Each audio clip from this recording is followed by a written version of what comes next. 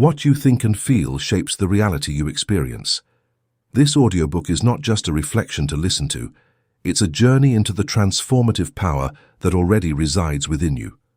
Amid the noise of daily life, we often forget that our mind is the most powerful tool we have to shape our existence. This space is designed to help you remember something essential.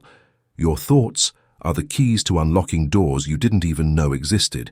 You won't find magic fixes or empty promises here. What you will find is a guide, a companion to help you reprogram your mind and align your inner self with the future you dream of creating. This audiobook offers a much-needed pause, a moment to reconnect with yourself and plant seeds of love, trust, and infinite possibility. Be mindful of your thoughts. Choose your words with care, because within them lies the power to shape the life you truly desire. It all begins with a thought, a spark, a quiet whisper in the mind. Though invisible, it holds the power to create or destroy, to sow peace or chaos. We live in a world where actions are celebrated, yet it is in the subtle realm of thoughts that the true foundation of our lives is laid. This book invites you to journey into that unseen space, the birthplace of dreams, emotions, and your greatest power. This is not about lofty words or abstract theories. It's about conscious action, about learning to shape your reality from within. Because what you think, what you nurture with faith and love, inevitably finds its way into the world around you. Within these pages lies a reminder of a truth you may have forgotten. You are far more powerful than you realize. Inside you is a force capable of transforming the impossible into the possible, a light strong enough to dissolve any shadow. There are no magical formulas here, only a profound and undeniable truth. Your thoughts are seeds, and you hold the power to choose what you plant. Within these chapters, you'll discover tools, stories, and insights to help you look inward, uncover the hidden light of your mind, and harness it to drive your life toward a future rich in purpose, peace, and abundance. Now is the time to leave doubt behind, to quiet the voice of fear, and to embrace the immense power that lies within you. Dear reader, the thoughts you hold today will become the legacy you leave tomorrow. The awakening of the soul begins as a whisper, gentle, almost imperceptible, like a faint echo of something long forgotten. It stirs within, nudging you toward a truth that feels both familiar and distant. But how do you know when it has begun? How do you recognize the call of your inner self? I know because it happened to me. There was a time in my life when everything seemed fine, or so I convinced myself. Each day, I woke up, looked in the mirror, and told myself, everything is in order, everything is under control. But deep down, a quiet voice would question, are you truly fine, or are you merely sleepwalking through your life? Have you ever asked yourself a question so simple yet profound that it leaves you with nothing but silence? It's not an empty silence, though. It burns. It awakens. And in that silence, I found a light, a flame that had always been there, buried beneath layers of fear, routine, and complacency. Let me tell you this, that flame never dies. It may flicker, it may dim, but it waits, constant and unwavering, for the moment you choose to notice it. The day I finally listened, it was as though the world I thought I knew began to shift. Everything solid started to tremble. The lies I told myself to keep going, the job that paid but brought no joy, the relationships that filled time but not my heart, the love that masked emptiness, suddenly felt unbearable. I realized something profound. I wasn't truly alive. And in that moment, as though a hidden light had been switched on, I understood. The key wasn't out there. It had never been out there. The answers, the truth, the awakening, all of it was inside me, was inside. We're taught to chase endlessly, to accumulate, and to believe that the more we achieve, the more complete we'll become. But tell me, have you ever seen someone find eternal peace in wealth, status, or admiration? You won't. Because the flame, the source of true fulfillment, burns within. Every person you meet, every challenge you face, every moment of frustration or joy, they all hold one purpose, to remind you of who you truly are. The person who angers you is not an enemy but a teacher, revealing parts of yourself you've yet to heal. The delays that frustrate you are moments to pause, to breathe, to reflect. Even failure becomes a doorway, leading you to a greater version of yourself. Awakening doesn't happen all at once. It's not a sudden transformation, but a gradual unfolding, like dawn breaking across a dark horizon. It begins faintly, almost imperceptibly, until it grows and fills every corner of your being with light. And if you haven't yet felt that flame, don't worry. It is there, waiting patiently. The way to it is simple. Listen. Listen to the silence between your thoughts. Listen to the questions that unsettle you. Listen to the moments when your heart whispers that you've wandered too far from yourself. That voice, that spark, is always speaking. It never stops. Each time you choose love over fear, gratitude over complaint, truth over illusion, the flame grows brighter, and as it grows, everything changes. Not because the world around you transforms, but because you do. You see with clearer eyes, feel with an open heart, and move through life with a lightness you never thought possible. Look at yourself now. Ask your heart, am I awake? And if the answer is no, don't be discouraged. The flame is still there, waiting for you to remember it. Sometimes all it takes is a simple declaration, I am here, I am ready to awaken. Once the soul awakens, there is no going back. You are free. And that freedom, that luminous flame within you, is the greatest gift you could ever give yourself. It has always been yours. All it needs is for you to remember. For years, I lived trapped in the noise, not just the hum of the city or the endless demands of daily life, but the relentless chatter of my own mind. It was the kind of noise that drowned everything out, questions without answers, fears that multiplied, judgments disguised as truths. My thoughts became an endless maze, each one opening a door to a darker place, and I couldn't find a way out. One day after a storm, not one of thunder and rain, but one that raged within me, I stepped outside and began to walk aimlessly. I wasn't searching for anything specific. I just wanted to escape, not just from the world, but from myself.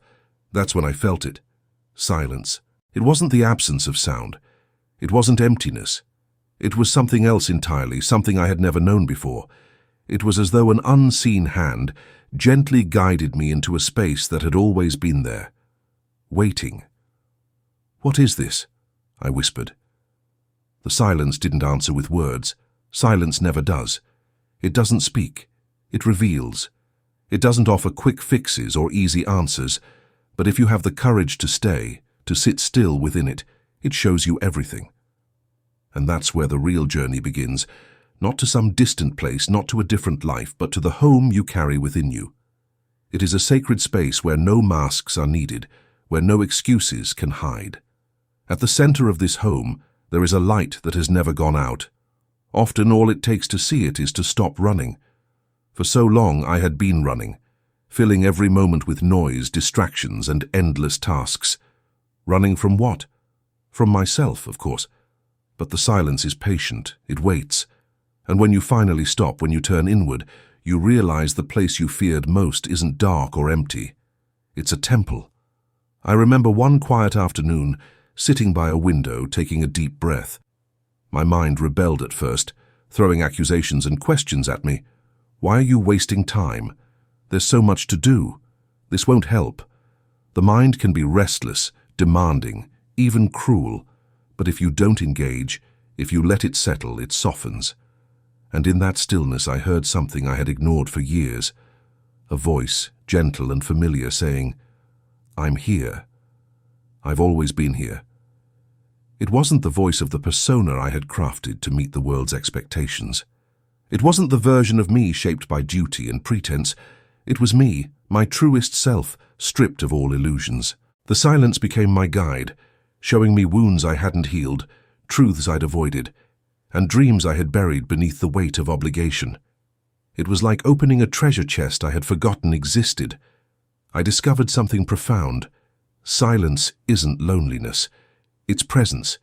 It's the doorway to that sacred space where peace resides, where doubts dissolve and fears lose their grip. What struck me most was this. Everything I had been searching for, peace, love, purpose, was already within me. I didn't need to go far to find it. I only needed to return home. The path home is walked in silence. The next time life offers you a moment of stillness, don't rush to fill it. Don't drown it out. Stay. Even if it feels uncomfortable at first, ask yourself, what am I afraid to hear? And if you stay, if you breathe, if you let the silence surround you, something extraordinary will happen. You'll stop feeling lost, not because you've found something new, but because you'll remember that you were never truly lost. You'll see that the place you've been searching for has always been within you, a place of infinite clarity, love, and light. Silence taught me this. Nothing in you is broken. Nothing in me is broken. We are whole. We are light. We are home. So when the world becomes chaotic, when the noise grows unbearable, remember this. Silence is your refuge. In it, you'll find the answers that evade you when you're consumed by distraction. And when you sit in that stillness, when you feel the quiet embrace of your true self, you'll know. You've come home. It began as a simple experiment. For 1 week, I made a promise to myself to observe every word I spoke and every thought that crossed my mind. Each time something negative surfaced, I would replace it with something kinder, something truer. I can't became I'm trying and I will succeed. Everything goes wrong shifted into every experience teaches me and makes me stronger. At first, it felt ridiculous, like a game I didn't believe in. A small, cynical voice in the back of my mind laughed, calling it foolish and pointless. But then, something unexpected happened. As the days went on, I felt lighter and freer. The world around me hadn't changed, yet everything seemed different because I was no longer the same. Here's the truth. Words are alive. They are energy set into motion. Every word you speak is a seed you plant in the invisible soil of your life. And sooner or later, those seeds sprout and grow. Have you ever noticed how people who complain endlessly seem to attract even more reasons to complain? And those who speak with gratitude and love seem to carry an unshakable light with them. It isn't magic, though it may seem that way. It's the law of creation through words. Whatever you declare with conviction begins to shape your reality. I remember one grey morning vividly.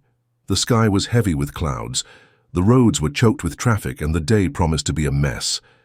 The old version of me would have sighed and said, "This is going to be a terrible day." Instead, I took a deep breath and whispered, "Thank you for this day. Everything is unfolding for my good, and I will find beauty, even in the unexpected." No, the day wasn't perfect, but it was different. As the hours passed, small wonders appeared, like treasures hidden in plain sight. A stranger's warm smile, a phone call bringing good news, a quiet moment of peace amid the chaos. That day confirmed what I had only begun to suspect. Words are keys. When you choose words of love, gratitude, and belief, you open doors to light and possibility. When you choose words of fear, anger, or lack, you open doors to darkness. So ask yourself, what are you creating with your words? Whether you realize it or not, every thought, every spoken phrase paints the canvas of your life. Is it becoming a masterpiece, or is it a tangle of doubts and regrets? Words are sacred gifts, the most powerful tools we possess. But like any great power, they must be used with care. Speak with love. Speak with faith. Speak with gratitude. Speak of the life you wish to create, not the fears that haunt you. And if, one day, you catch yourself saying something you don't want to manifest, pause, smile. Say, "I take that back. I choose love, light, and truth." You'll be amazed at how quickly the world begins to reflect the shift, because this is how we create. With words, we shape our lives. With words, we set the foundation for everything we experience. This moment is your chance. Choose to become aware of the power within you. Use your words to build a life that inspires you, that fills your heart with joy. Everything begins with one word, and if you'll allow me, let me offer you mine. Trust. Trust that your mind is the first artist of your reality. When I was a child, I used to close my eyes and imagine different worlds, dancing beneath golden lights, discovering hidden treasures, creating entire universes. But when I opened my eyes, the world seemed unchanged, grey and ordinary. I didn't know then what I know now. The mind doesn't just dream, it creates. Years later, in the middle of a life crisis, this truth struck me like lightning. I sat in my room, feeling as though everything was falling apart. My job felt empty. My relationships were hollow. The future looked bleak. I asked myself, why does my life feel this way? The answer came swiftly, because that's what I believed. Life wasn't just what surrounded me, it was what I projected from within. I didn't see possibilities because I didn't believe in them. I didn't see love because I didn't think I deserved it. I didn't see paths forward because I only believed in walls. Do you see? Everything you perceive begins with what you believe. Most people think they need to see something to believe it, as if life is a finished painting instead of a work in progress. But the universe doesn't work that way. Your mind is the invisible brush that paints your reality. So, how do you change it? By changing what you believe. If you believe you're not enough, life will mirror that belief. If you think everything goes wrong, you'll find endless proof to confirm it. If you believe love is rare and fleeting, it will remain hidden behind your own fears. That day I stood up from where I'd been sitting and looked around my room. It hadn't changed, but I had. I spoke aloud. Everything I see can change if I change what I believe. From that moment on, every thought became intentional. When doubts crept in, I replaced them with new beliefs.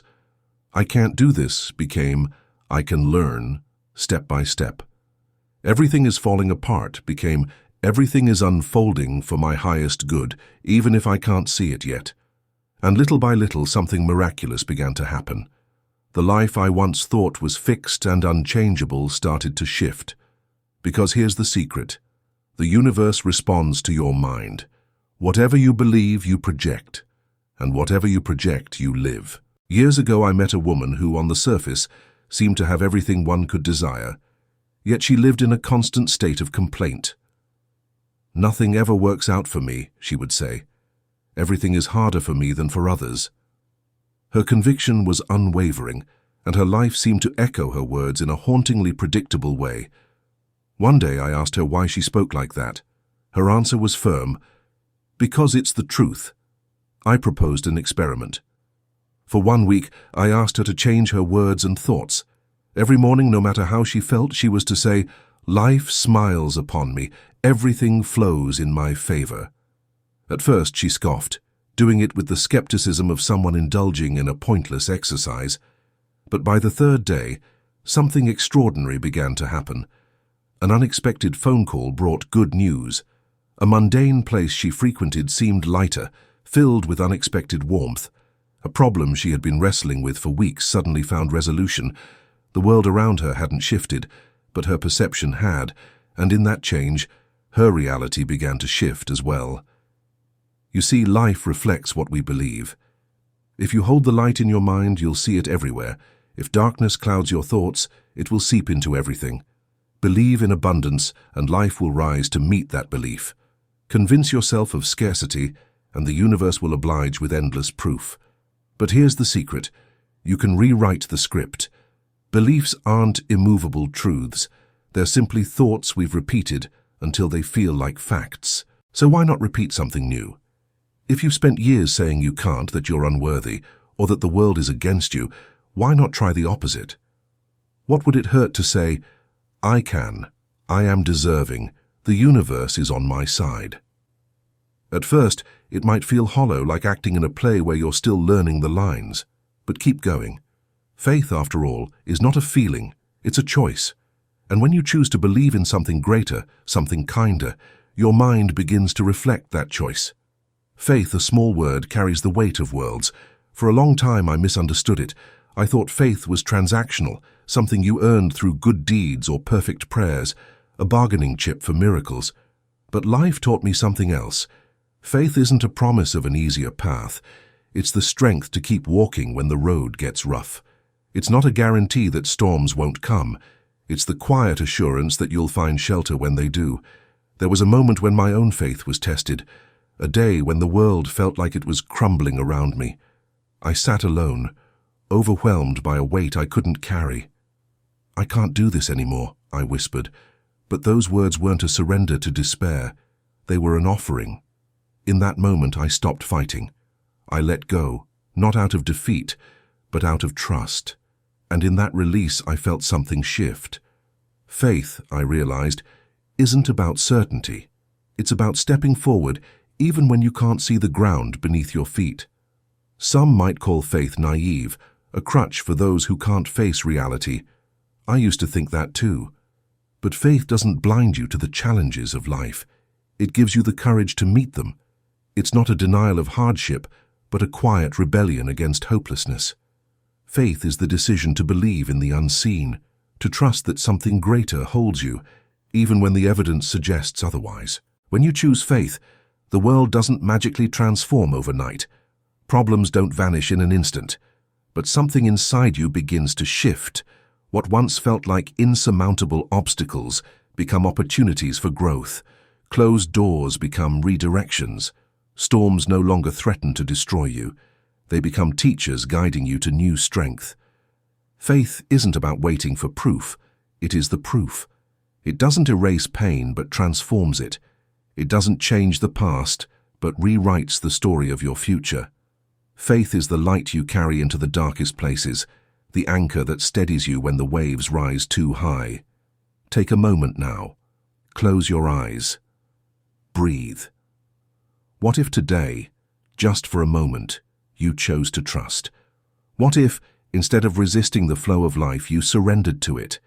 What if you believed, even in the face of doubt, that the universe conspires in your favor? Faith doesn't promise that everything will be easy, but it does promise that you won't walk alone. And in that promise lies a power that can illuminate even the deepest shadows. The world may not change in an instant, but you will. And as you do, the world will have no choice but to reflect on your transformation. Trust in the unseen. Believe in the light, even when all you see is darkness. Because faith, that small word that holds the weight of universes, will teach you the most profound truth. The sky isn't something you wait to reach. It's a state of being, a place you can live in here and now. There's a hidden force within us, a quiet power often buried beneath layers of regret, guilt, and sorrow. For years, I carried my past like an anchor, dragging it with me through every moment of my life. It wasn't just the memories, it was the weight of them. The mistakes, the heartbreaks, the paths I wished I hadn't taken, they clung to me, whispering that I could never truly be free. Have you ever felt that? As if the shadows of yesterday hold you captive, weaving themselves into your present. For the longest time I believed that what had happened to me was carved in stone, that the wounds of the past were permanent scars etched into my soul. But one day, someone shared a truth with me, a whisper of possibility that cracked open the walls I had built around myself. They spoke of transformation, of an ancient energy that could change the unchangeable. They called it the violet flame. At first, it sounded like a story, a fairy tale for the desperate, but something in me stirred a spark that refused to extinguish. What if it was real? What if healing was possible? One night, alone with my thoughts, I decided to try. I sat quietly, the room dim except for the faint glow of moonlight spilling through the window. I closed my eyes and imagined it, a luminous violet light, swirling softly around me, warm and alive. It wasn't just a color, it was a presence, tender, yet powerful. One by one I brought forth the memories that haunted me, the words that had cut deep, the times I had faltered, the moments when I had felt utterly unworthy. Each memory surfaced like a wave, and with each one I whispered, "Transform this pain into love. Turn this darkness into light." At first it felt impossible, as though the weight was too great to lift, but then something shifted. The memories didn't vanish. They were still there, but they began to feel different, as if the edges of their sharpness were softening. It was like watching a storm dissipate into gentle rain. For the first time, I saw those moments not as chains, but as teachers. Every failure, every hurt, every regret, they had all shaped me, taught me, sand strengthened me in ways I hadn't understood until now. The violet flame wasn't magic in the way I'd once imagined magic to be. It didn't erase the past or make life perfect. But it did something far more profound. It showed me how to release the grip of pain and how to carry my story with grace instead of sorrow. It transformed not what had happened, but how I lived with it. There is freedom in that transformation, a freedom that waits for all of us. You don't have to carry the past as a burden. It isn't who you are, it's only a part of the path that brought you here. If you close your eyes, if you allow yourself to imagine that gentle violet light, you may find the courage to let go, to release the pain, the guilt, the blame, and to watch them dissolve into something beautiful. What once felt like an anchor can become a sail, guiding you forward. And as I continued this practice, something even more extraordinary happened. I began to see the rhythm of life itself, the ebb and flow of joy and sorrow, light and darkness. Like the tide, existence moves in cycles, and trying to resist them only deepens the struggle. There were times when everything seemed to fall apart, when the calm gave way to chaos, and I would ask, why again? Why now? But the answer was simple. The universe breathes in patterns. After every storm comes a stillness, after every night, a dawn. And the darkness, it's not an ending. It's a transition, a space where growth takes root. I stopped fighting the rhythm and started moving with it. When the waves rose high, I let them lift me. When the waters calmed, I rested. Life isn't a straight line, it's a dance. Every challenge carries within it the seed of renewal, every shadow the promise of light. So if you find yourself in the depths, weighed down by what was or overwhelmed by what is, remember this: nothing is permanent. The darkness is not forever, and the past does not define you. Close your eyes. Imagine that violet flame embracing you, whispering that everything can be transformed. Feel the rhythm of life carrying you forward, step by step, breath by breath. Trust that within you is the power to change, to heal, to rise. The universe moves in harmony, and so can you. I used to think darkness was something to escape, a shadow to outrun. It felt like a weight pressing down, a constant reminder of moments when life seemed to collapse under its own gravity. How could anyone accept such heaviness, I wondered. The very idea seemed impossible, even cruel. But over time, I began to see it differently, not as a punishment, but as part of a greater rhythm, a flow that whispers of balance and purpose. To accept the darkness doesn't mean giving in or resigning yourself to despair. It means opening your eyes to its purpose. Pain is a teacher in disguise, showing us what we've buried too deep, what still aches in the hidden corners of our hearts. The darkest moments hold a mirror to our strength, daring us to see what we're capable of becoming. Imagine the bare trees in the depths of winter. They don't resist the cold or the loss of their leaves. They stand in quiet acceptance, knowing spring will come when it's time. Their stillness is not defeat, it's preparation. In the same way, the darkness in our lives gives us space to heal, to shed what no longer serves us, and to make room for new growth. I swore at my own shadows for so long, avoiding them like they were enemies. Attempting to avoid what I believed to be a punishment cost me a great deal of energy, but I quit one day because I was worn out from the battle. In the shadows, I said, "What would you like to show me?" The question wasn't simple, and I didn't always get the answers I desired. However, they were always there for me. Everything started to change, every unpleasant memory, every persistent uncertainty, every concealed worry. The shadows remained, but they became softer and more manageable enough that I could carry them without breaking. A never-ending dance between darkness and light is the rhythm of life. Just like pain, joy comes and goes. Despite how permanent they may seem at the time, neither endures indefinitely. The return of the light provides clarity. It serves as a reminder to continue learning from it and to enjoy the delicacy of its warmth. Remaining in the light is no more sensible than running away from the dark, though. They are both transient. They are both essential. I began to see my life as a series of waves, ebbing and flowing, rising and falling. The light and the darkness, no longer adversaries, became partners in a sacred dance, and I too learned to move with the rhythm, to trust that every moment, whether filled with brilliance or shadow, was exactly what it needed to be. When the light graces you again, don't just bask in it. Give thanks. Feel its warmth on your skin and its fire in your soul. But know that it won't stay forever, and that's okay. The rhythm will continue, and the next shadow will come. Not as a thief, but as a teacher. It will prepare you to shine brighter when the light returns, as it always will. There was another prison I lived in for years, one I didn't even know I was trapped in. It wasn't made of walls or iron bars, but of beliefs, small insidious ideas that wrapped themselves around my mind like chains. You're not good enough. You'll never succeed. Life is hard, and that's just how it is. These were the whispers I carried, so quietly ingrained that they felt like truths. But they were lies. The awareness that the lies I had accepted were not mine to bear was the first step toward breaking free.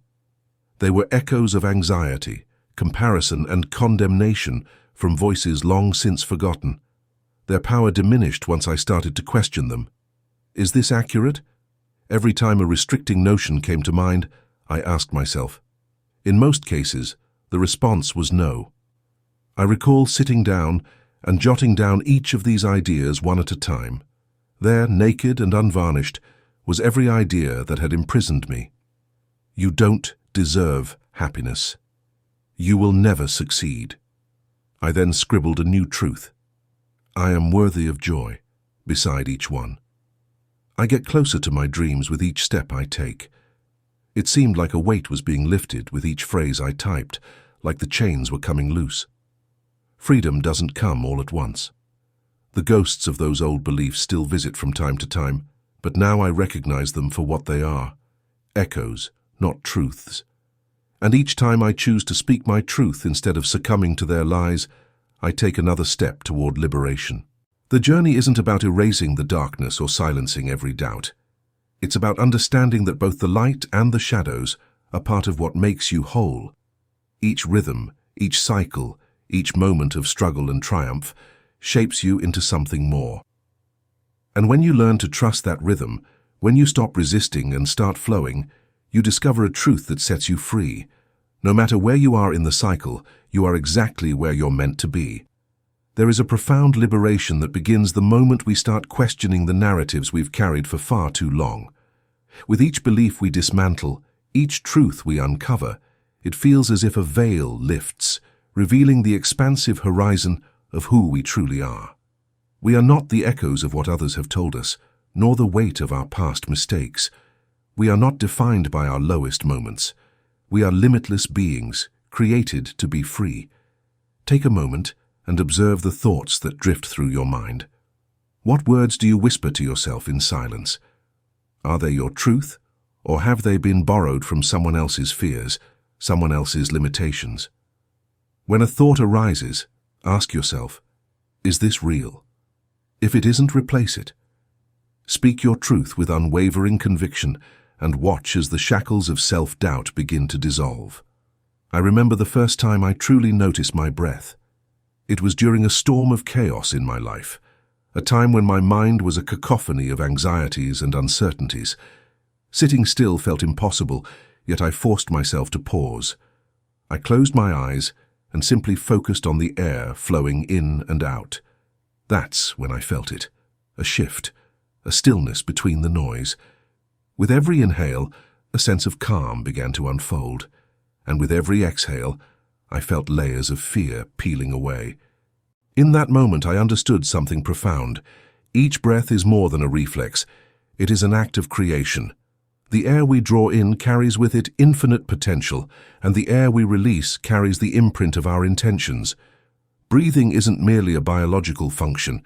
It's the most intimate connection we have to the divine. It is the bridge between our physical existence and the vastness of our spirit. When I inhaled, I imagined drawing in light, peace, and strength. When I exhaled, I released every fragment of tension, every seed of doubt. Breathe in love, breathe out fear, I whispered to myself. And the more I did this, the more I realized I wasn't just calming my mind, I was rewriting my reality. Breath is sacred. It is the rhythm of the universe manifesting through us. When you breathe with purpose, you align with that rhythm, creating harmony between your inner and outer worlds. Every inhale becomes an invitation to receive life's blessings, and every exhale a declaration of trust in its flow. This realization transformed the way I moved through my days. When anxiety whispered lies, I breathed in courage. When uncertainty clouded my vision, I breathed in clarity. Slowly but surely, the noise of the world faded, and in the silence, I discovered something I had long overlooked: the presence of my higher self. For years, I sought answers in books, in conversations, in the validation of others. I thought that if I searched hard enough, someone would hand me the secret to who I was meant to be. But the answers were never out there. They were within, waiting for me to listen.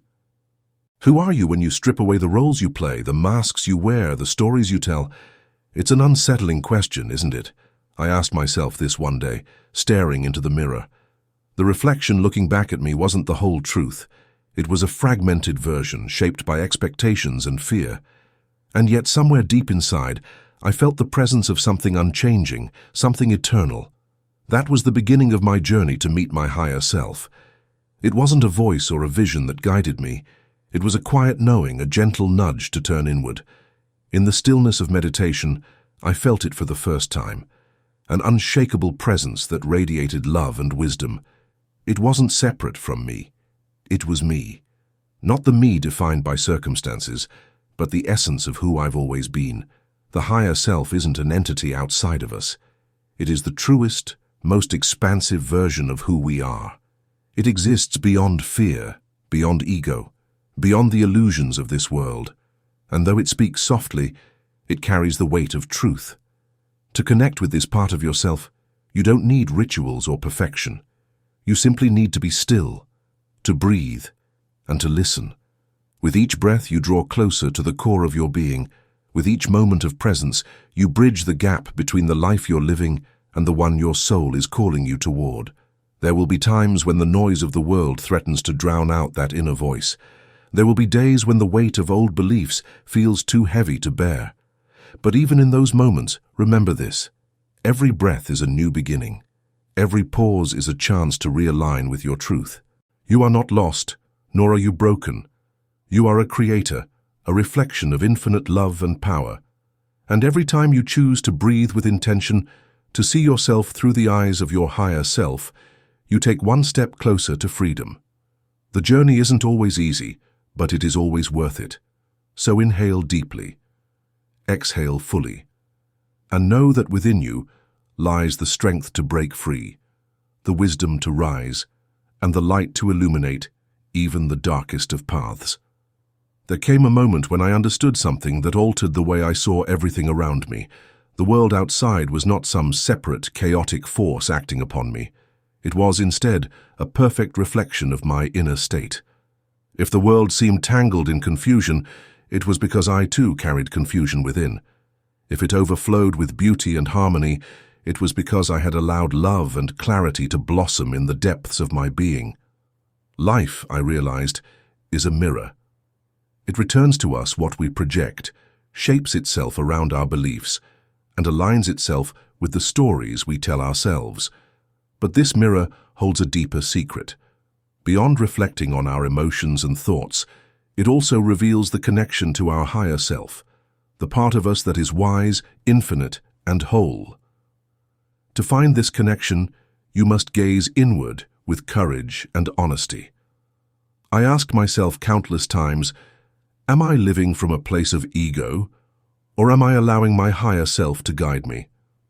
The answers were not always easy to face. The ego is loud, demanding, and restless. It clamors for validation, clutches tightly to control, and trembles at the thought of surrender.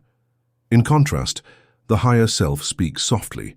It guides with grace, trusts without hesitation, and loves without conditions. It whispers truths like, "You are enough," even on the days you feel you are not.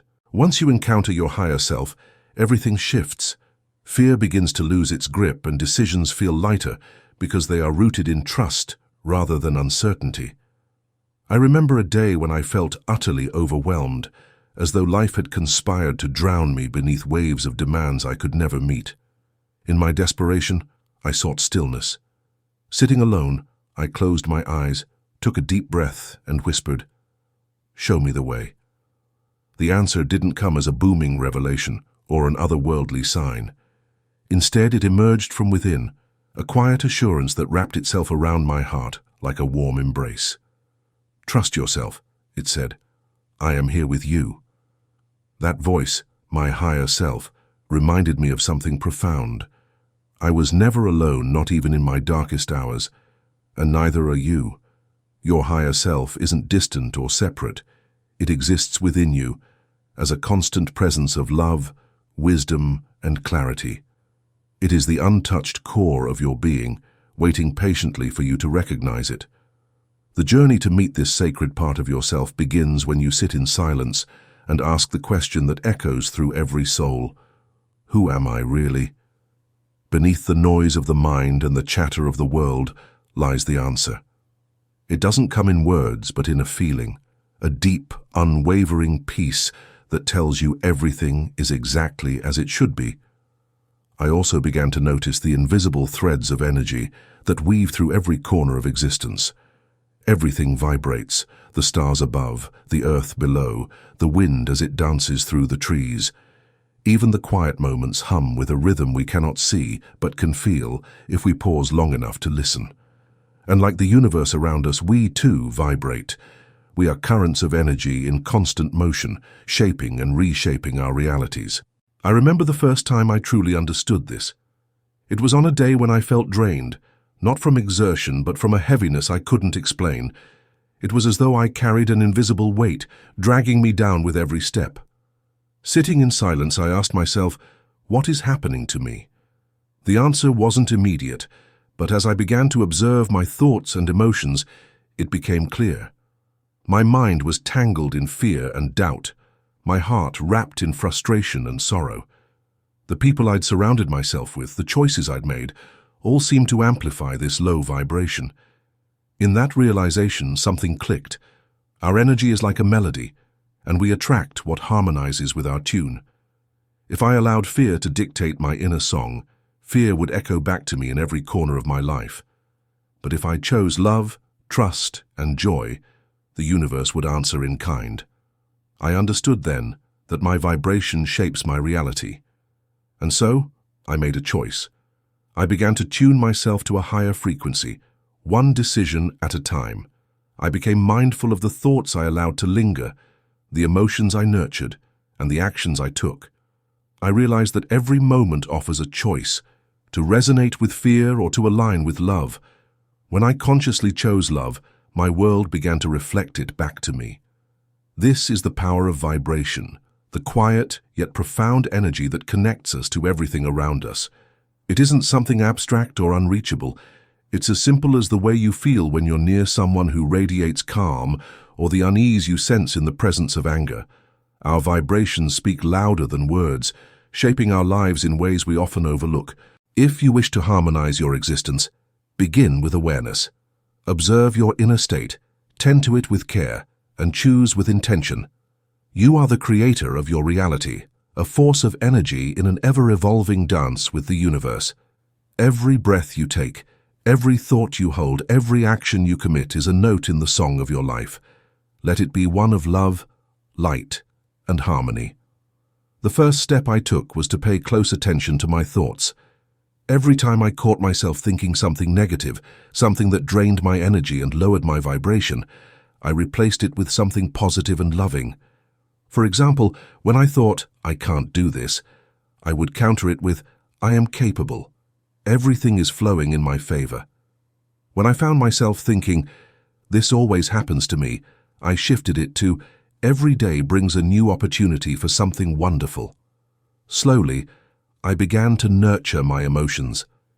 Emotions are energy in motion, and while they can't be ignored, they can be transformed. If I felt anger or sadness, I allowed myself to feel it, but I didn't stay there. I took a deep breath, mentally wrapped myself in light, and repeated, I choose peace. I choose love. I choose to vibrate high. I also learned the importance of guarding my environment. Everything around us, the people we encounter, the places we visit, the music we listen to, the words we hear, carries its own vibration, and it affects ours. I started distancing myself from things and people that drained me and sought out those that nourished my soul. A sunrise, an honest conversation, a song that lifted my spirit. Little by little, my life began to change, not because the world outside had suddenly shifted, but because I had chosen to align myself with it. I realized that when you vibrate in love, gratitude, and joy, everything around you begins to reflect that energy. The people you meet, the opportunities that arise, even the challenges become lighter because you've become a channel for light. The secret is that you can change your vibration without putting in a lot of work. Simply pause, take a deep breath, and make a deliberate decision. If you sense that your energy is waning, concentrate on anything lovely, such as the sound of the wind, a hug from a loved one, or a mantra that serves as a reminder of your truth.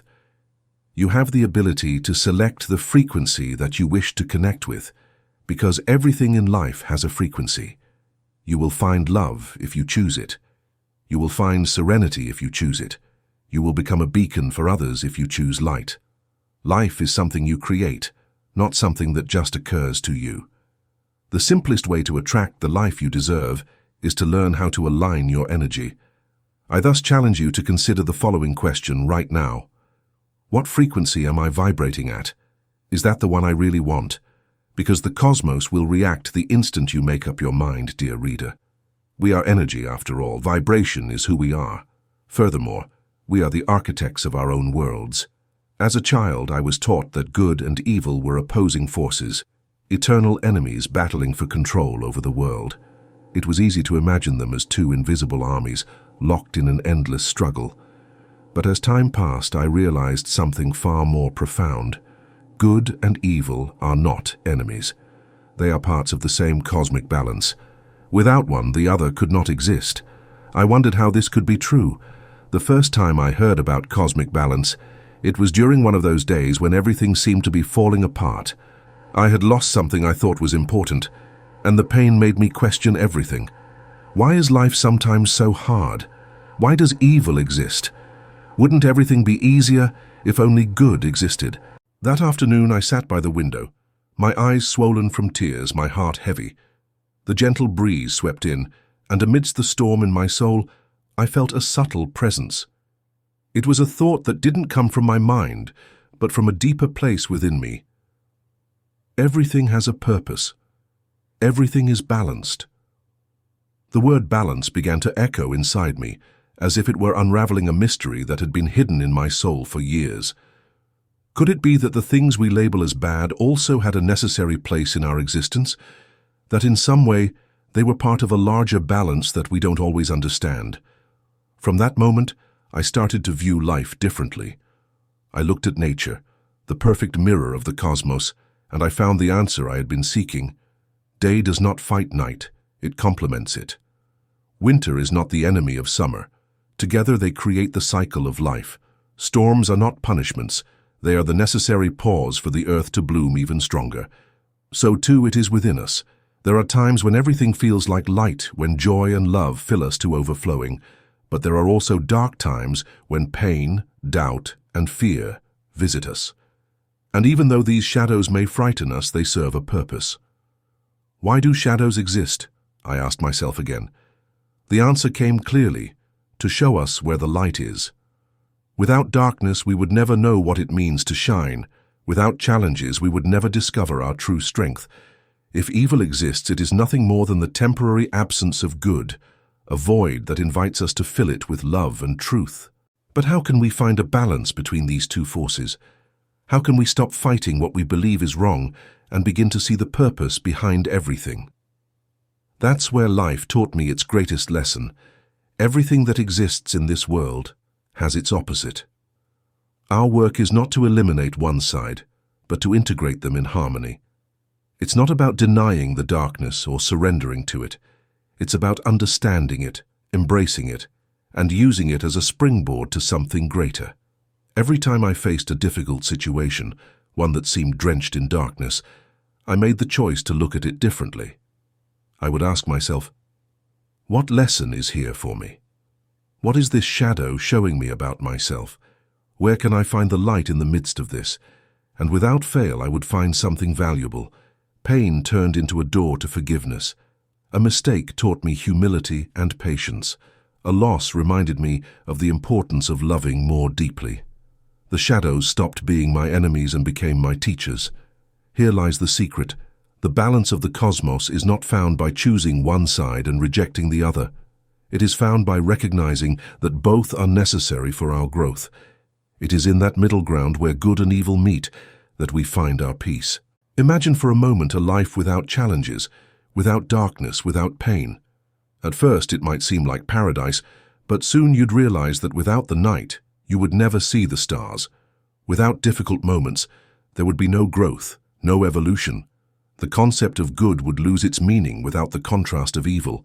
So, dear reader, the next time you find yourself in a dark place where it seems that evil has triumphed, stop and breathe. Ask yourself, what balance is my soul seeking in this? What light can I discover in this shadow? Don't fight what is. Instead, embrace it. Use every experience, whether it's pleasant or painful, as a means to draw closer to your true self, the part of you that is in perfect harmony, even when the world around you seems chaotic, because the universe, with all its perfection and mystery, is already in balance. Life doesn't need fixing. It needs understanding, acceptance, and a willingness to flow with it. When we stop seeing good and evil as enemies, we discover something wonderful. We are part of this perfect balance. Light and darkness coexist within us, not to destroy us, but to make us whole. The battle between good and evil transforms into a dance, one that teaches us that true harmony doesn't lie in eliminating pain, but in transforming it. The cosmic balance, dear reader, resides within you. And once you recognize it, everything in your life begins to fall into place. They say love is the answer, but for a long time I asked, the answer to what? We live in a world where the word love is used for so many things that its true essence seems to have been diluted. We say we love the morning coffee, a favorite song, or a person who brings us joy. While these are forms of love, they are often conditional, fleeting, and subject to the whims of life. But there is another love, a love that transcends everything we can understand with our human minds. This is divine love, a force so real it's as tangible as the air we breathe, even though we can't always see it. I discovered this love in one of the darkest moments of my life. Have you ever felt so small in the face of life's challenges, so empty in the midst of circumstances, that everything else seemed meaningless? That was me when I thought I had lost everything. There was no comfort, no answers, only a thick silence surrounding me. One night, in the middle of that darkness, I found myself gazing at the sky. There were no clouds, no stars visible. But within me, something ignited, a tiny spark that refused to be extinguished. Almost without realizing it, I whispered a phrase I had never spoken before. God, if you exist, fill me with your love. I can't go on. I expected nothing.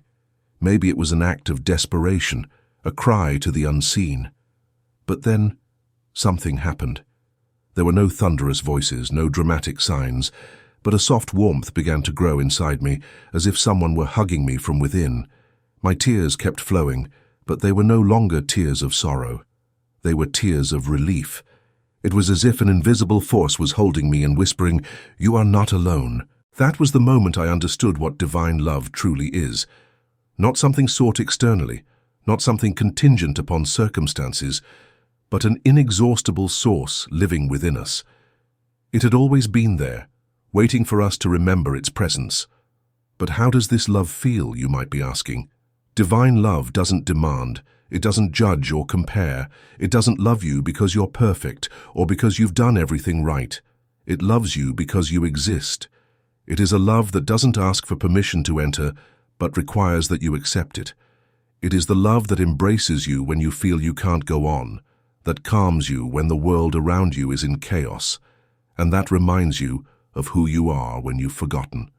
Someone once told me that divine love is the essence of everything that exists. At first, I didn't understand, but then I saw it, the way the sun rises each morning, without asking whether we deserve its light. I saw it in the wind that gently brushes against the leaves, and in the waves of the ocean, coming and going without tiring. I saw it in the small moments, an unexpected smile, a kind gesture, a sincere hug. I saw it in the hard times when everything seemed lost and an invisible strength lifted me once again. I realized there is no place in the universe where this love is absent, even in the toughest experiences, in the encounters that cause pain or in the goodbyes that break us. Divine love is there, working in ways we sometimes cannot comprehend. But how can I feel it in my life, you might ask? The answer is simple. Stop searching for it outside of yourself. Close your eyes, breathe, and call it. Speak to it as you would to a dear friend, to someone who listens without judgment. Say, "Fill me with your love. Show me your presence. Help me see life through your eyes." And wait. There is no way this love won't respond, because it is what you are. It always has been. When I understood this, everything changed. I stopped seeking externally what had always been inside of me. I stopped asking for love from people who couldn't give me what I wasn't giving myself. I stopped begging for affection because I realized I was already full, complete, perfect, in that love that contains all things. This love doesn't remove your problems, but it gives you the strength to face them. It doesn't prevent storms, but it reminds you that peace can always be found in the midst of chaos. It doesn't make you perfect, but it accepts you as you are, with all your wounds, mistakes, and doubts. Divine love cannot be explained in words, but it can be felt.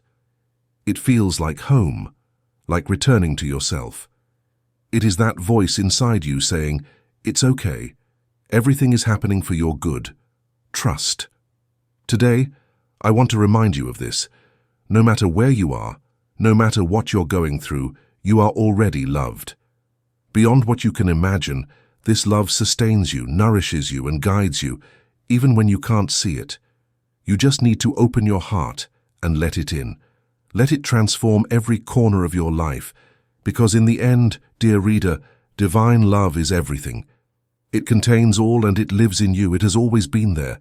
You just need to remember it. From the moment we are born, we are given a name, an identity, a label that becomes part of who we are. Over time, this name takes on more than just the sound of syllables. Each letter holds a secret, a vibration, a quiet clue to who we are meant to become. At first, we don't understand its power. We say our name so many times without thinking, without feeling it, as though it means nothing. But what if I told you that your name holds your destiny? I still remember the moment I was first asked, "Do you know what your name truly means?" At first, I laughed. Of course, I thought I knew. I had said it 1,000 times without a second thought. But when I took a moment to search for its deeper meaning, something remarkable hit me. It wasn't a mere coincidence. It wasn't by chance. My name, the very one I had casually repeated countless times, held the essence of who I was and who I could become. Names are not just words. They are vibrations in motion, each letter, each syllable pulsating with energy that aligns with our soul. It's as if the universe, in its boundless wisdom, has given us a secret key to unlock our purpose. But finding that key requires something simple, yet profoundly difficult. We must look inward. What does my name mean to me? I asked myself that question one evening, sitting alone in front of the mirror. I didn't just look at my reflection.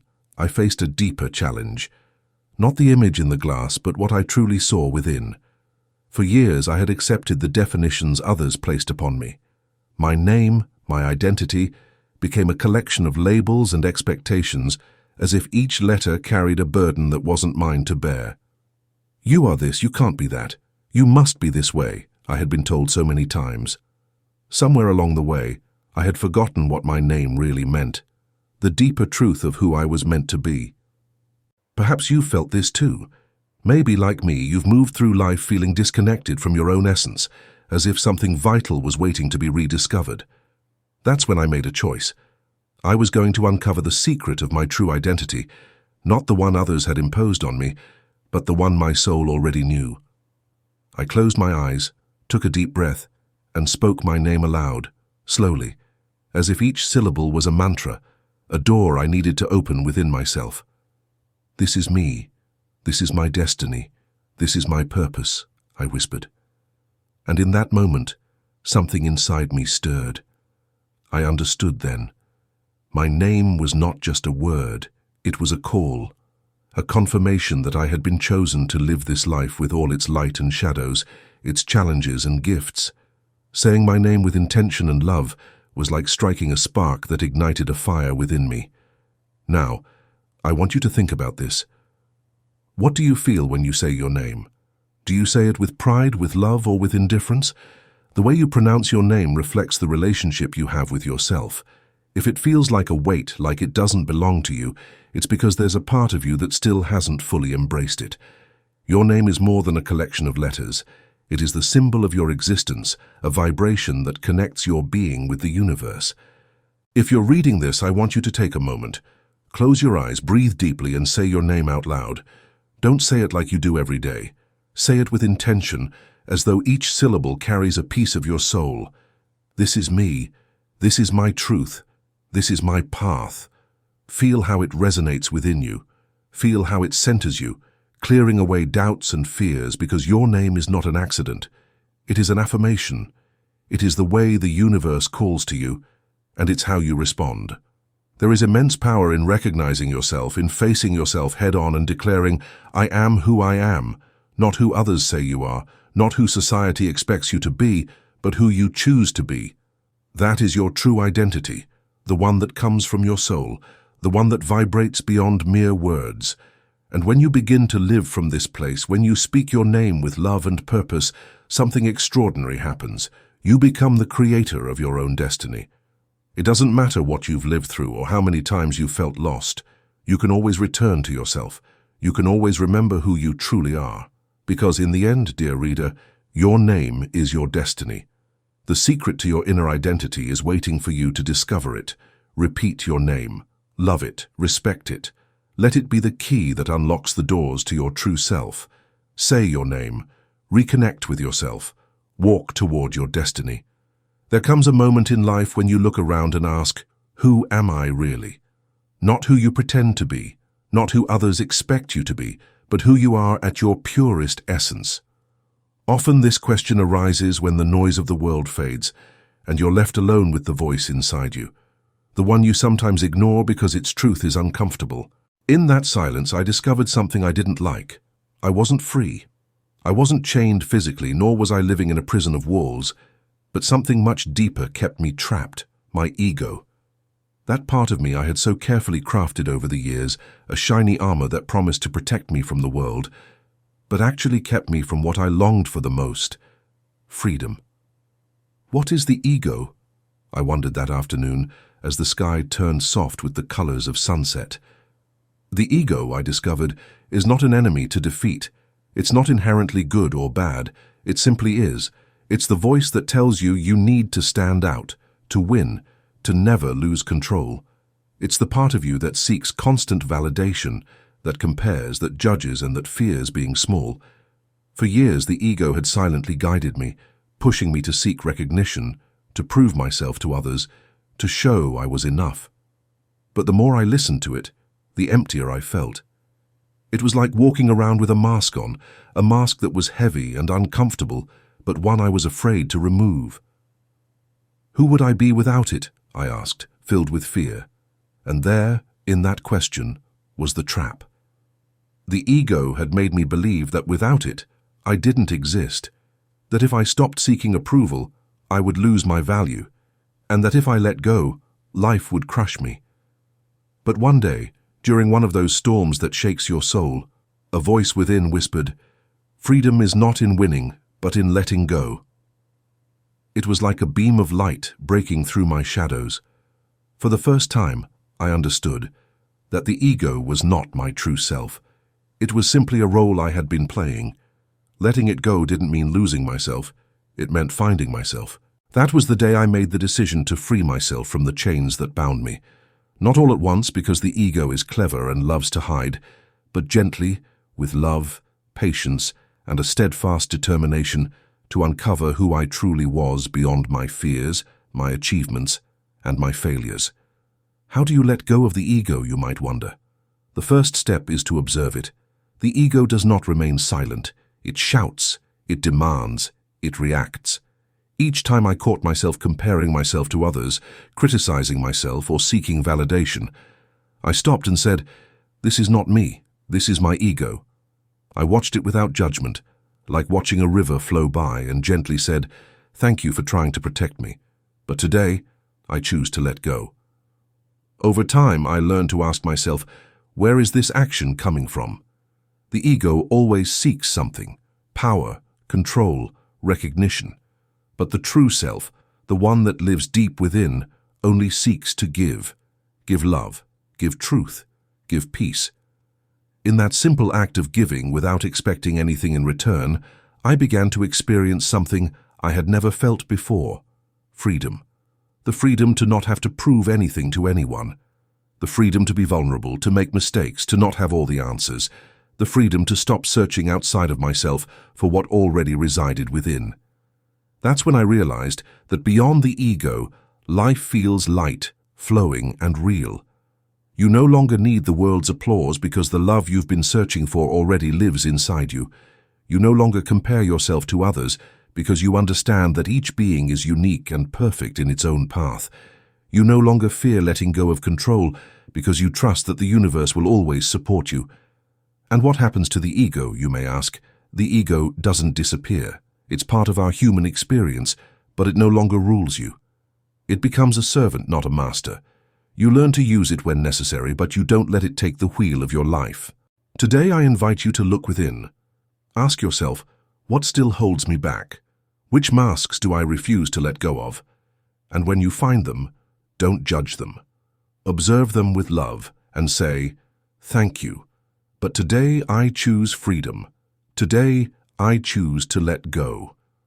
Because beyond the ego, dear reader, lies the most beautiful freedom that exists, the freedom to be yourself without chains, without fear, without masks, just you in your purest essence, lighting up the world with the truth of who you really are. I used to hear the word perfection and imagine an unreachable goal, a place where no one ever arrives, no matter how hard they try. It felt like a mountain without a summit, an ideal so unattainable that it only served to fill us with frustration and guilt. But over time, I realized that perfection wasn't what I thought it was. It wasn't a destination. It was a journey. And true mastery wasn't about being flawless. It was about learning to walk with awareness, love, and humility. I learned this lesson on one of those days when I felt like I had failed in everything. I had done something I wasn't proud of, something that made me judge myself harshly. I sat alone, listening as my mind tore me apart with cruel words. "Why can't you do this right? Why do you keep stumbling?" I saw myself as small, limited, and filled with doubt. And then, as if a different voice broke through the chaos of my thoughts, a question arose from the depths of my being. What if perfection is not what you think? I fell silent, as if this question were pointing me toward a door I had never seen. I closed my eyes, took a deep breath, and let the answer come. In that moment, I understood something that changed everything. Perfection is not the absence of mistakes. It is a constant evolution. The universe itself is perfect, not because it is static, but because it is always in motion, always growing. The planets spin in harmony, the seasons flow without pause, and the sun rises and sets with precision every single day. Yet that perfection doesn't exclude chaos. It doesn't fear moments of imbalance. It embraces them, knowing that everything is part of a greater balance. So, how do I reach mastery? I wondered that night. The answer came softly. You must accept that you are both a student and a teacher simultaneously. There is no end point. There is no day when you can say, "I've made it. I'm perfect now." Mastery is not about reaching a destination. It's about how you choose to walk the path. From that moment on, I decided I would no longer judge myself for my missteps. Each error, each experience, and each challenge became an opportunity to learn something new. Perfection was no longer an impossible standard. It became a state of presence, a daily commitment to my own evolution. True mastery, I discovered, begins with humility. It is the recognition that there is always something to learn and always a way to improve. But it is also the knowing that in this moment you are already enough because you are exactly where you are meant to be. Have you noticed how life itself moves? A river doesn't stop because there are stones in its way. It flows around them, smooths them over, and transforms them with time. That's true perfection, flowing, adapting, transforming without losing your essence. So, when you face a difficult moment, when you feel far from that idea of perfection, remember this: you are already on the path. You don't need to rush. You don't need to struggle. You just need to trust and take the next step with love. Mastery is not about avoiding mistakes. It's about rising with greater wisdom each time you fall. It's about learning to listen to your inner voice amidst the clamor of the world. It's about recognizing your light on the darkest days. It's about choosing love over fear again and again. But what if I'm not enough, I wondered, on the days when doubt crept in. The answer was clear. You are enough because you exist. You are enough because you are here walking this path. Perfection is not in what you achieve, but in who you become as you journey. Every step you take, even the ones that seem small or misguided, brings you closer to your true essence. The road to perfection is not linear. There are hills and valleys, sunny days and nights without stars. But every experience, every encounter, every challenge has a purpose to remind you of who you really are. If today you feel lost, if today you think you're not perfect enough, stop and breathe. Look back and see how far you've come. Every step, even the hardest, has been part of your mastery. Because true perfection is not the absence of flaws, it's the ability to see the beauty in your process. It's in the love with which you treat yourself and others. It's in the patience with which you allow life to shape you, like a sculptor who never stops working on his most precious masterpiece. True mastery, dear reader, is the art of being yourself, constantly evolving, always in love. And when you understand this, when you let go of the need for perfection and begin to live from your truth, you discover something magical. You are already perfect in your essence because you are part of the universe's perfection. Between fear and faith, I've always believed fear is a silent thief. It steals your peace, your confidence, and most of all, your belief in yourself. But the most dangerous thing about fear isn't fear itself. It's the power we give it when we choose to listen and obey. For a long time, I lived caught between two forces: fear, which paralyzed me and whispered I couldn't do it, and faith, which, though faint, was like a flame that refused to go out. Fear entered my life in many disguises. It showed up as doubts that held me back from making decisions. It was in the voices telling me I wasn't good enough. It was in the times I let opportunities slip by, afraid of failing. Perhaps this sounds familiar. Perhaps you, like me, have felt that knot in your chest, that shadow telling you not to take a risk. I remember one particular moment when fear had me completely in its grip. I was about to make a major decision, one that could change the course of my life. But the more I thought about it, the more afraid I became. It wasn't irrational fear, but logical fear. What if it doesn't work? What if I fail? What if I lose what little I have? These questions ran through my mind like a broken record, freezing me in place. I felt paralyzed, as though I was surrounded by invisible cliffs. But then, in the midst of my inner storm, a different question arose. What if it goes well? It was as if something inside me, something far stronger than fear, woke up from its slumber. That question was the voice of faith, that quiet power that resides within us all, waiting for us to choose to listen. I stood still, as if time had paused, and then it hit me. Fear and faith cannot occupy the same space. Where there is fear, there is no faith, and where there is faith, fear cannot exist. But how do you choose faith when fear feels so overpowering? The answer came softly, like a whisper from the universe. Faith is not the absence of fear. It is the decision to act despite it. That day I realized the only way to free myself from fear was to embrace my inner power. And that power, dear reader, doesn't come from the outside. It doesn't come from success, approval, or perfect circumstances. It comes from the certainty that we are one with something much greater than ourselves. Faith isn't just a pretty thought. It's an act of courage. It's taking the first step even when you can't see the whole path. It's trusting that even when everything seems dark, there's a light waiting for you at the end.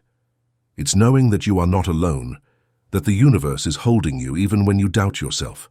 Since that day, every time fear knocks on my door, I choose to remember who I truly am. I sit in silence, take a deep breath, and remind myself that I am not alone.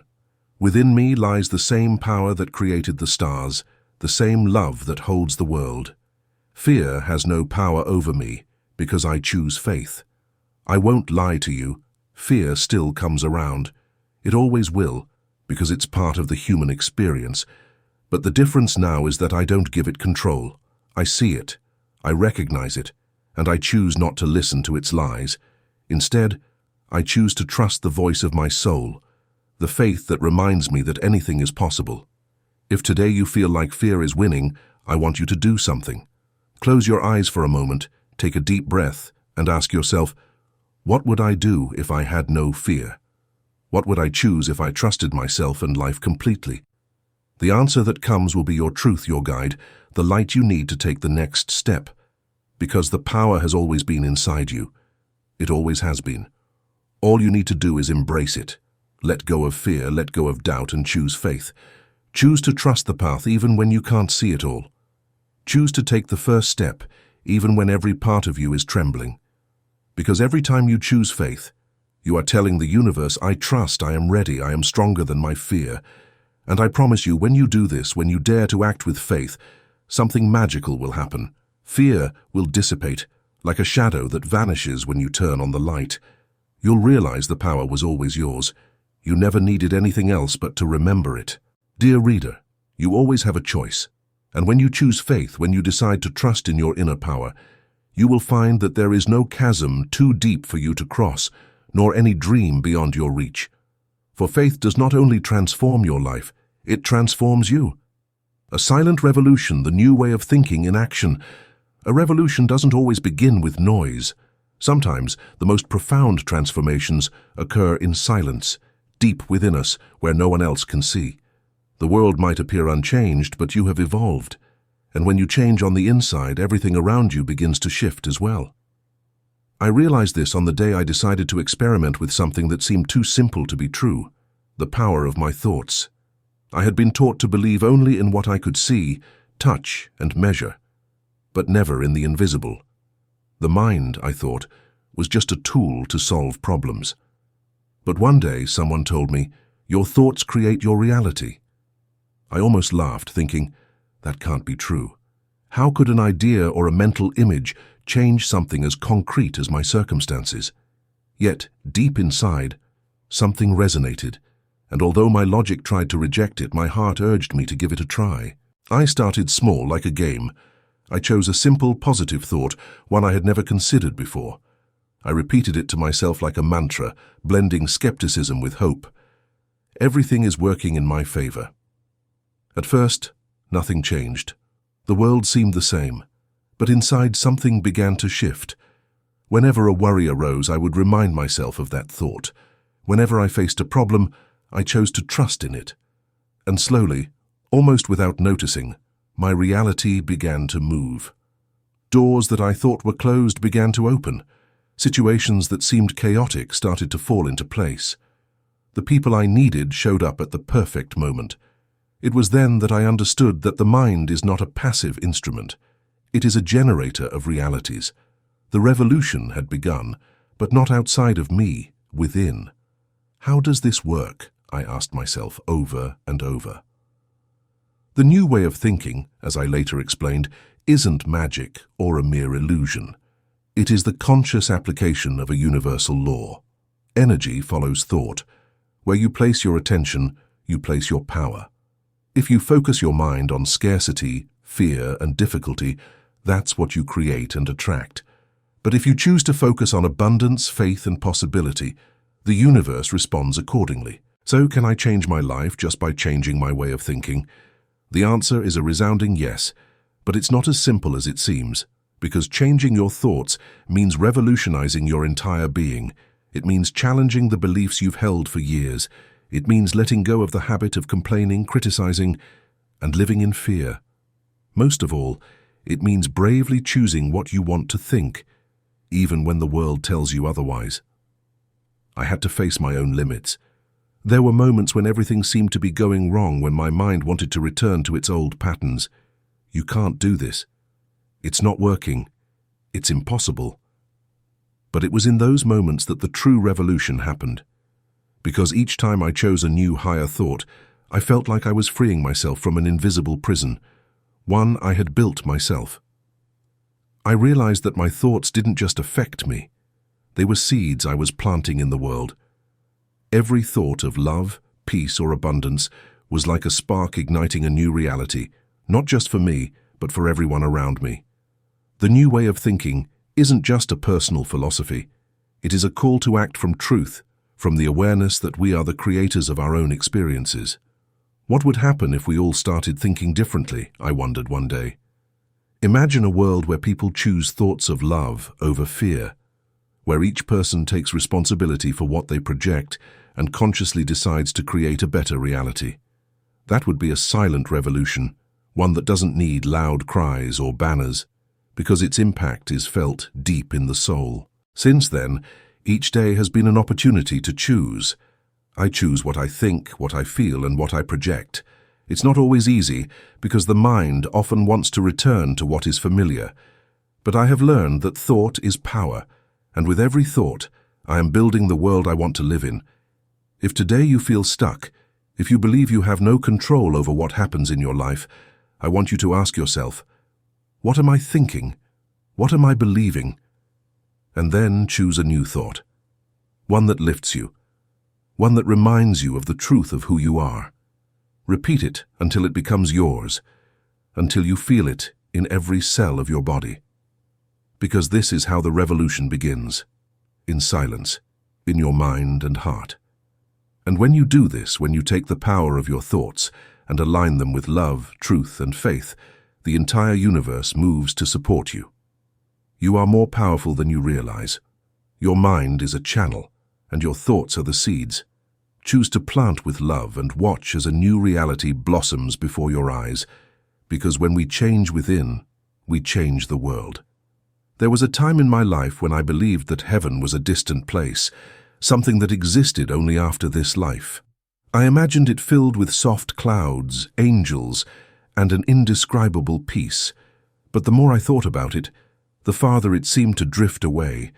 It was as if I were told that heaven was not meant for me, that it belonged to someone else. Then, life, as it always does, posed a question that would change the way I saw the world. What if heaven is already inside of you? What if it has always been there, waiting for you to discover it? This question left me stunned. Heaven inside of me.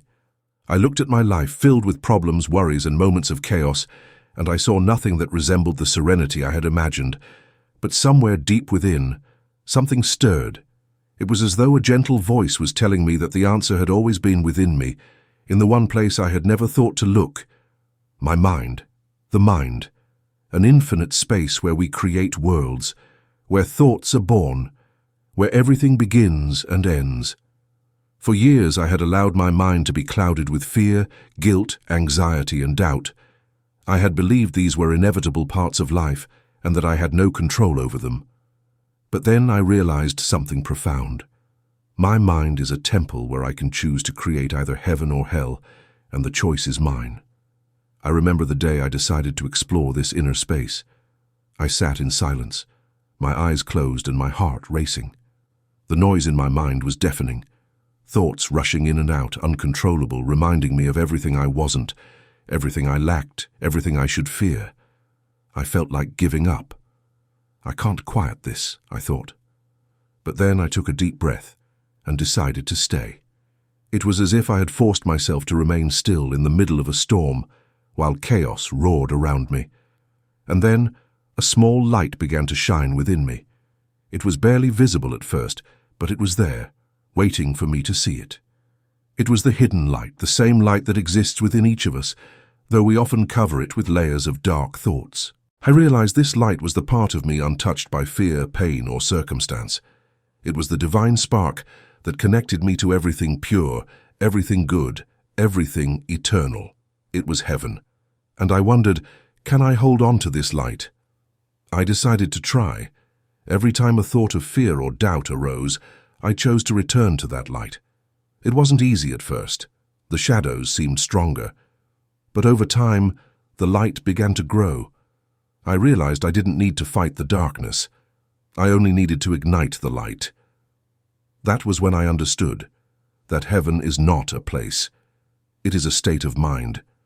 No matter what is happening outside, you can be in the most difficult moment of your life.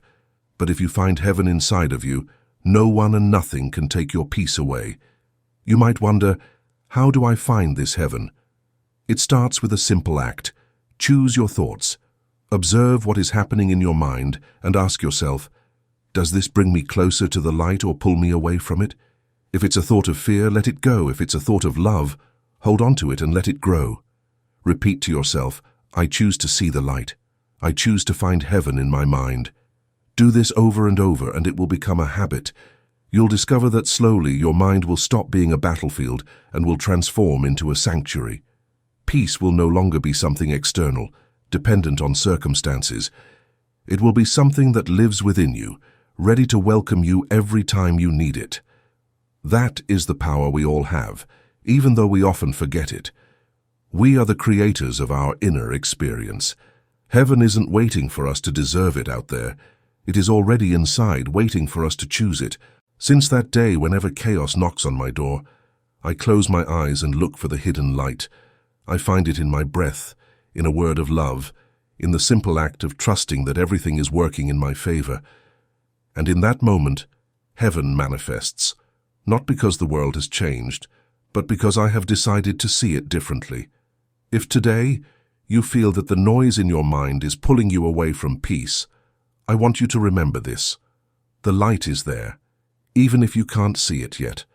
You don't need to search for it outside yourself. You only need to calm down, breathe, and look within. The heaven you seek is not in the future, nor in some distant place. It is here, now, waiting for you in your mind. And when you find it, dear reader, you will discover the greatest miracle of all. The light you have always sought was inside you, creating a conscious future all along. I've always believed that the most powerful thing we possess is not our hands to build, our words to express, or even our dreams to imagine. The most powerful thing we have is our thought. Every thought we generate is a seed, a vibration sent out into the universe, and though we cannot always see it, its impact resonates further than we can imagine. I remember the first time I truly understood the power of my thoughts. It was an ordinary day, one of those when life seems to move along without any major disruptions. But something inside me was restless. My mind was filled with worries, repeating the same thoughts over and over. What if this doesn't work? What if everything goes wrong? It felt as if my mind was trapped in an endless loop of doubt and fear. I paused for a moment and asked myself, why am I thinking this way? What am I creating with these thoughts? The question froze me. I had never considered that my thoughts could be acts of creation. I had always seen them as fleeting, like clouds passing through the sky, here one moment and gone the next. But then, something clicked. I realized that every thought leaves an imprint, an invisible legacy that shapes the reality we live in. It was a wake-up call. I understood that if I wanted to change my life, I had to start with changing the way I thought. I couldn't keep planting seeds of fear and expect to harvest a life filled with love and fulfillment. I had to be more conscious, more intentional, more loving with the thoughts I chose to hold. But how does one do that? How do you transform a mind that's been conditioned to react, to doubt, to fear?